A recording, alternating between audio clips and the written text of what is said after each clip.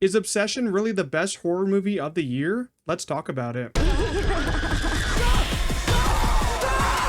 Alright, I just got back from watching Obsession, and even though I'm running off only a few hours of sleep, I'm still going to review this movie with you guys because I have to talk about this movie. I've been anticipating this movie ever since that first trailer.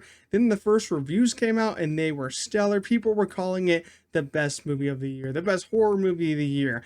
And I'm, of course, going to sing that same praise because this movie was awesome. It was amazing, man.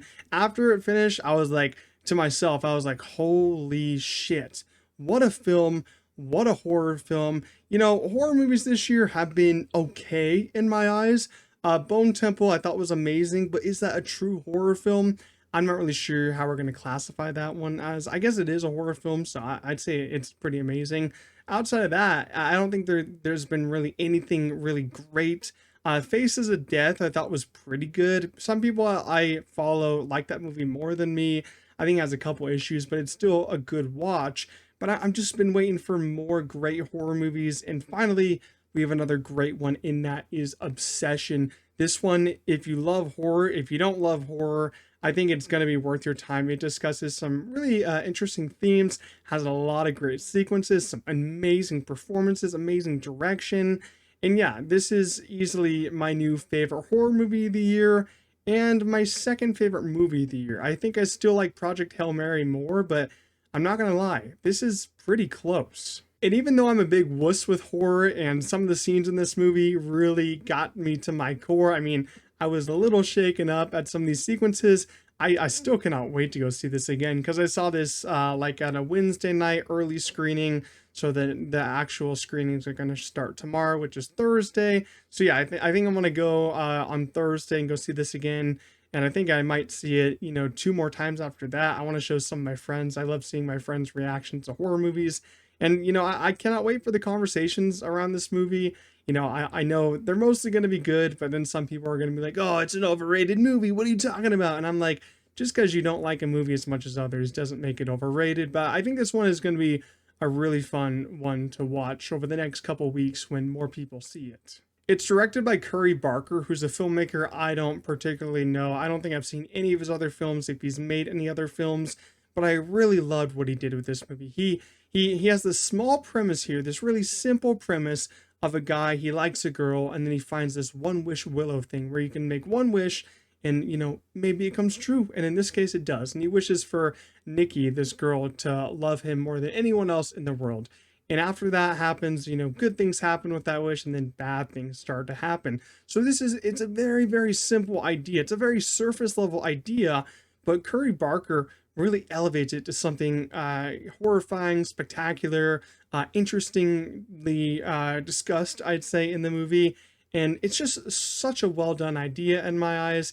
And this kind of horror movie I really love because it starts out like really, really slow. Nothing really scary is happening, but then it builds. The tension keeps building and building and building. The scares keep building. It starts a little scary in a moment in the first 30 minutes, and then just gets scarier and scarier.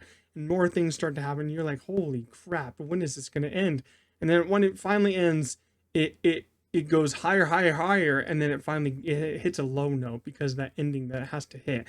And I thought he just nailed this movie. I'm so excited for his next one. Curry Barker, I think he's going to be doing a Texas Chainsaw Massacre movie, a new one. I think, I don't know what all the details are of it, but I'm really interested in what he's going to do with that now because I thought he just did a great job with this movie. The best performance, though, of this movie is Indy Navarrete. Hopefully I'm saying that name right, but I thought that she was just terrific in this movie.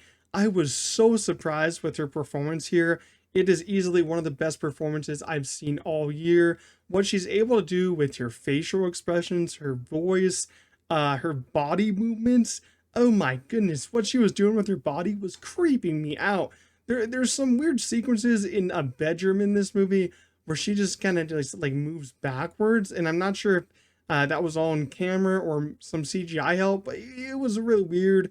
And there's sequences where she's sitting in a corner crying to herself, and I'm like, I don't feel comfortable here. I'm not even in the scene, but I don't feel comfortable at all. And that just shows how good of a performer that she is.